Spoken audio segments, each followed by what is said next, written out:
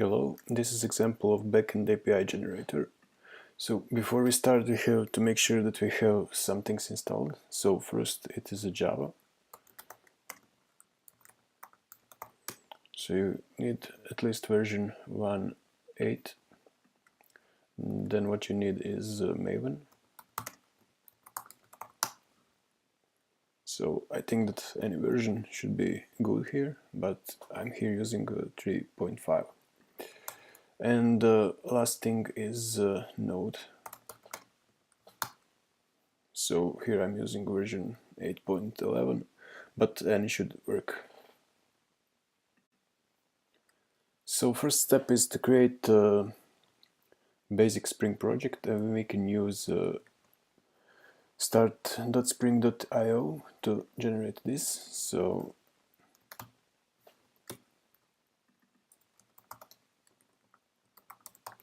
we will create our demo project here and download it.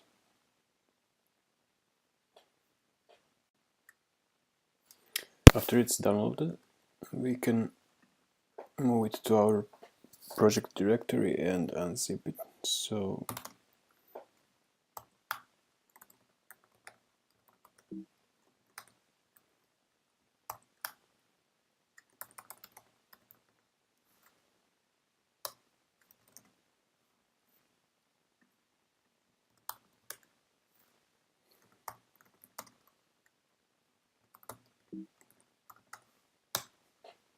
okay, so now we change directory to our project.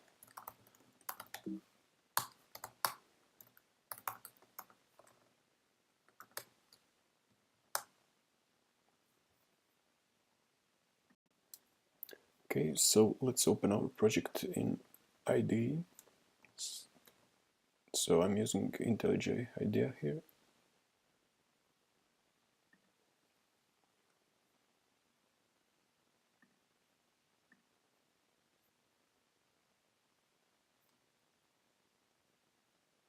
So our demo project, click open.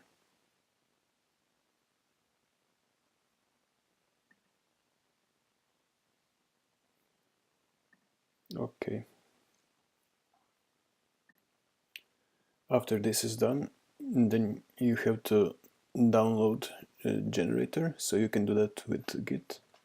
So you can just clone our project generator. So I already have done this. Let's quickly go to generator project.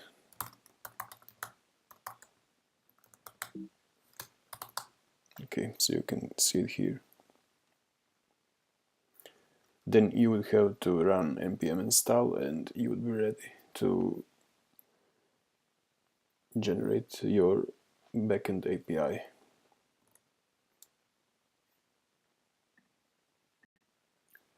To do this, you have to create a JSON configuration describing your backend. So you can create file in the root of your project.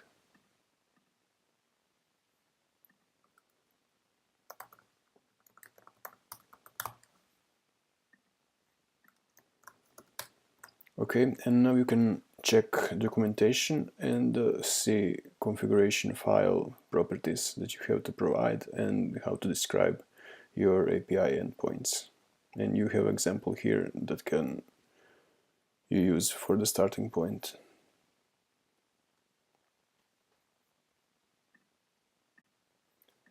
Okay, so I already have JSON configuration ready, so we don't waste time creating it right now.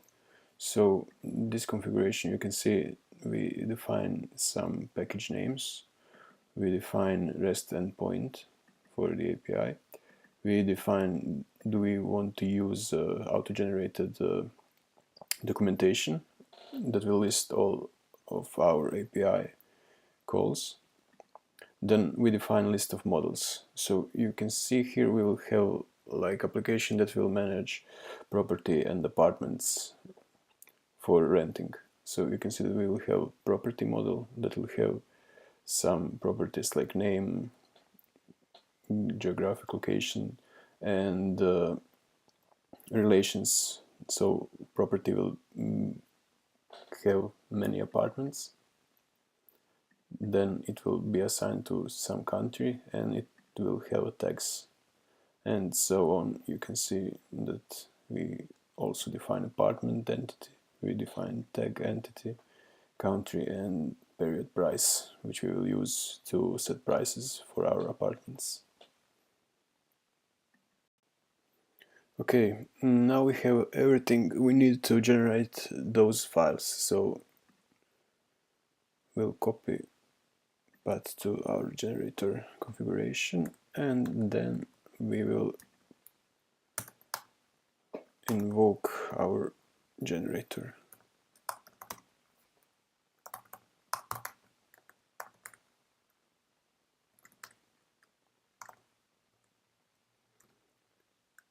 So here we have to provide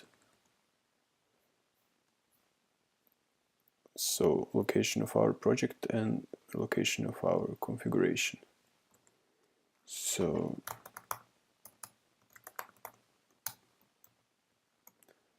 there's our configuration file and our project location.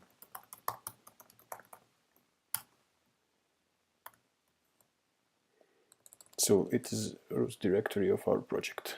So after we have done this, we just run our generator, and you will now be able to see that we generated all our models, repositories, and controllers. So you can see them here.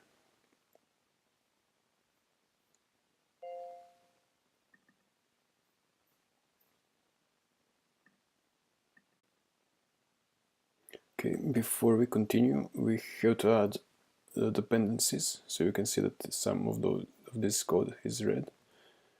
So let's check required dependencies here, so we can copy this list. We go to our POM file, and we will add all those here.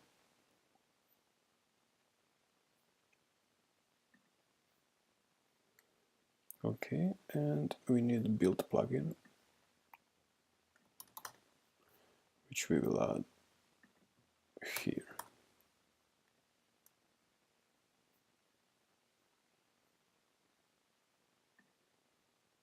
Okay, so after this, let's try to build a project. So we are here in our project, and we will run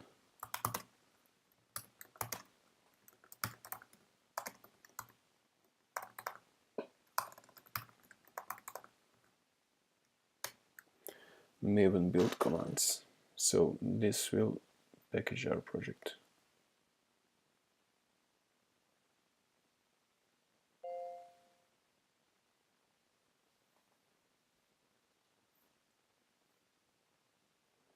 Okay, and we can see that our build is successful.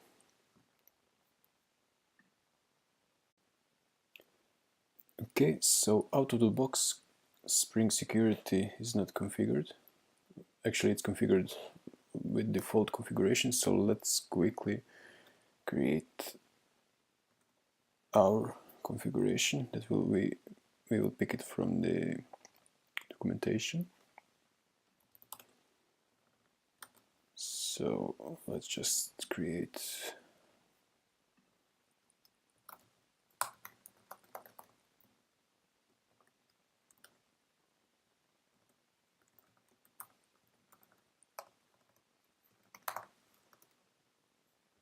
okay, and let's paste the thing here.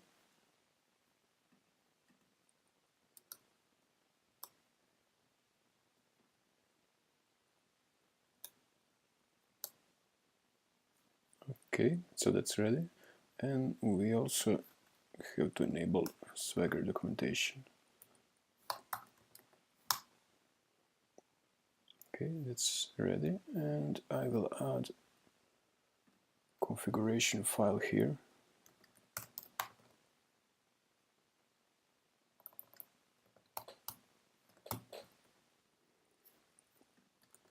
and we will put our default credentials here. Okay, so then we have to build the project again.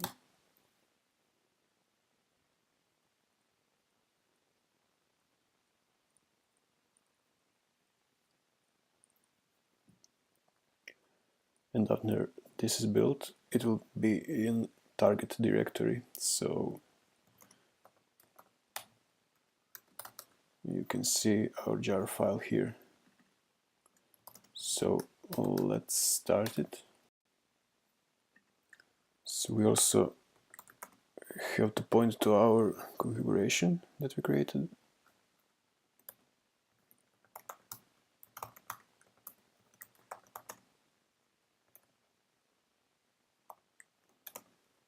Which is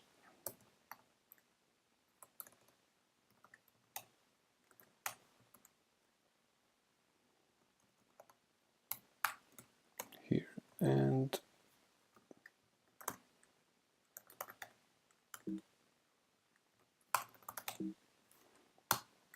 so with this command we can start our generated API. So let's wait until it starts. We are using a H2 database. Okay, and now in our browser we should be able to see Swagger documentation. Okay, so you can see that you can list all our APIs for all of our entities.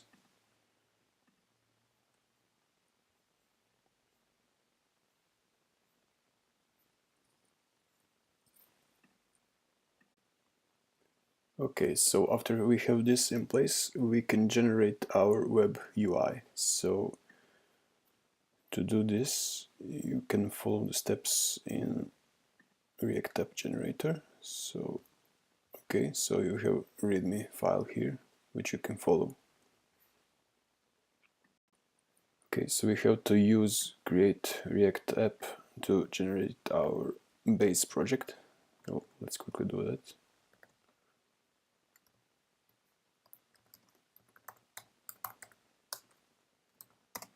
Okay, so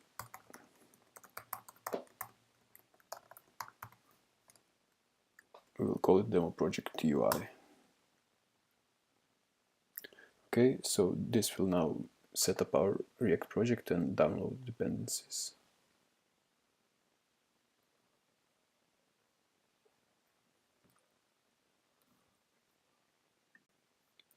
Okay, so we have to use create React app to generate base of our project.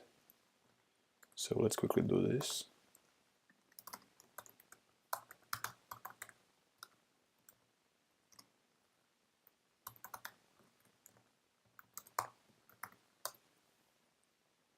This will now set up our project and download npm dependencies.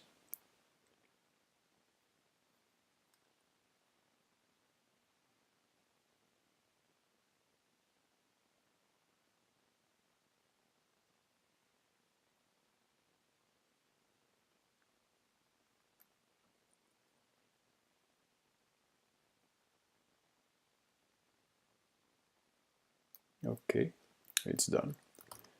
So we change directory here, and there are some things that we have to do first. So let's open this in our IDE.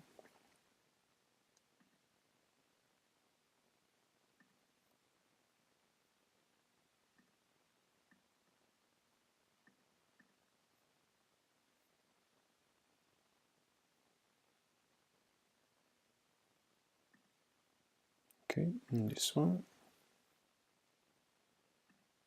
Let's open it in a new window. So first thing we have to remove installed node modules.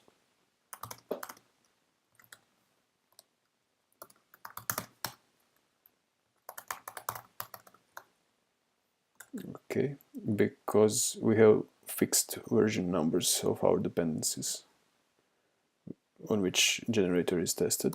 So let's quickly change those. So let's pick our package JSON and replace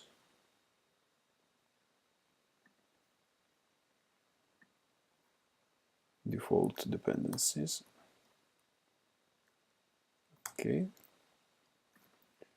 So after this is removed, we will run again npm install or yarn install.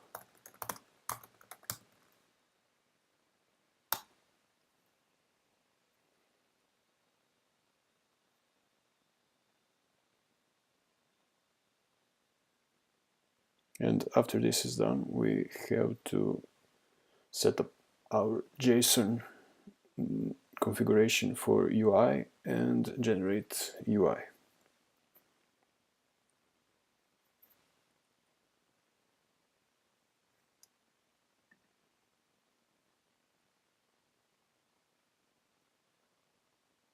Okay, so it's installed again successfully.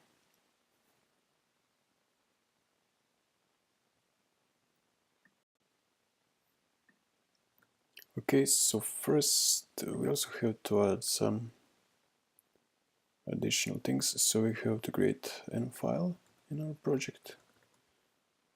Let's quickly find our UI project and create .m file in which we will put this. Okay, so for the generator JSON, I already have a setup for UI. So you can see it here. Inside of it, you can create views that are linked with the entities in the API, and it will be automatically generated.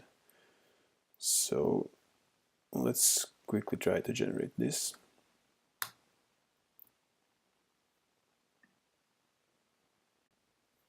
Okay, so command to generate UI is pretty similar to one that we used for the backend, but this one is pointing to generator React app generator, and we provide same config location but different project location. So we are now pointing to our React project.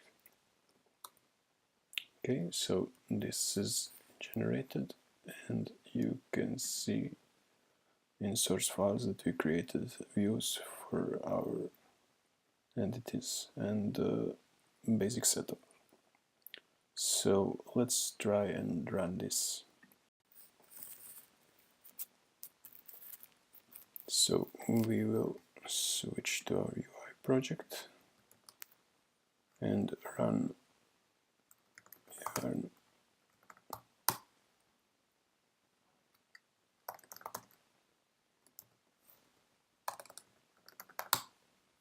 Okay, so actually we forgot to add one more thing. So we have to proxy to our backend API, and that can be done like this.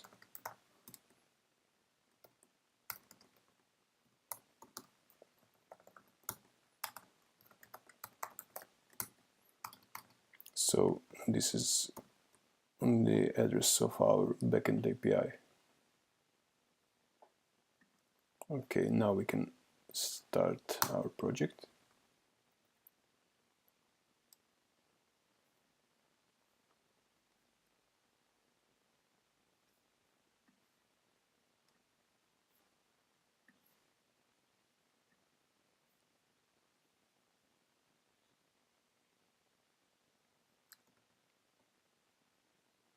Still starting.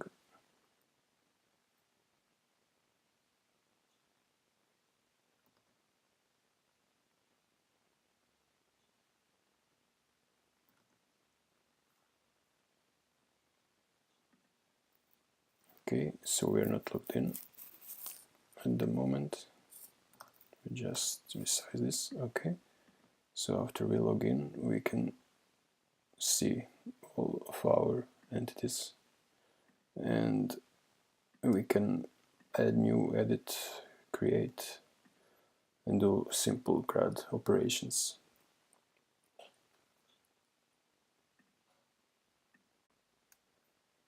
Okay, so let's test it a bit.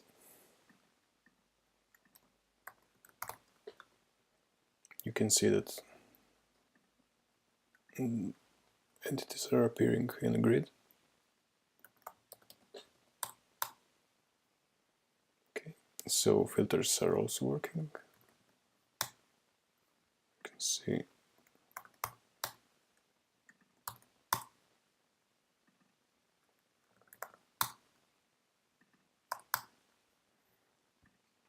Okay, let's add a few tags.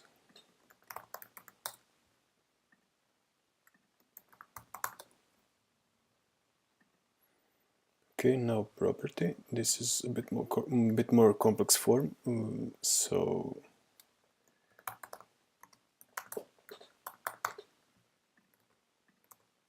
okay, so this is representing relation many to one. So we can have many properties in some country.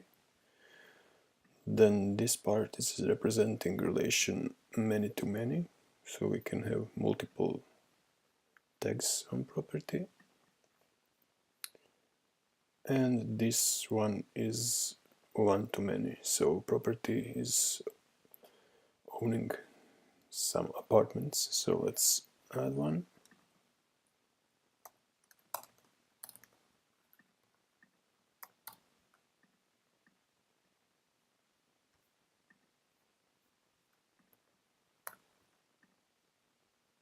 Let's check it like this.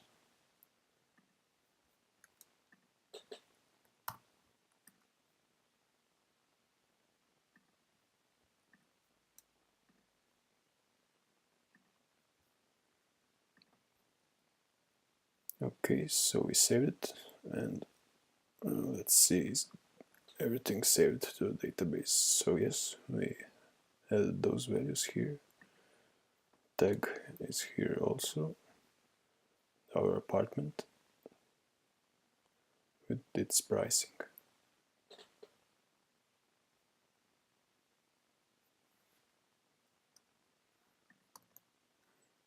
Okay, so let's see, that edit will actually edit that first one. Okay, so that's working too.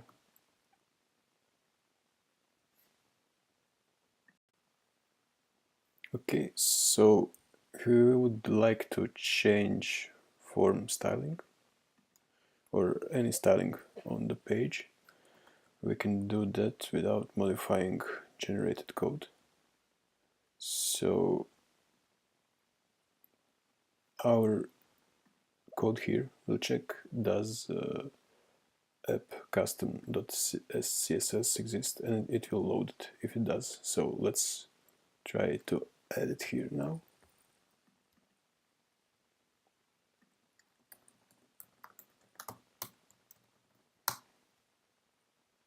Okay, so I already have some CSS snippet, so let's add that and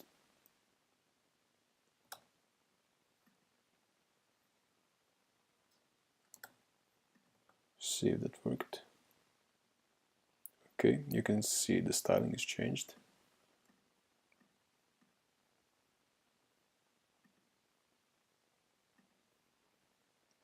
And then you could even inject like any kind of bootstrap theme. So let's quickly do that too. So I'll just copy the CSS and paste it in here. So after we save, okay, so it's reloaded. So you can see that everything is changed.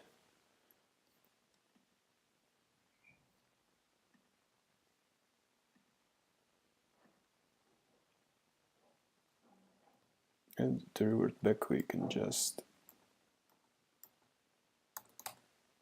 keep our file empty.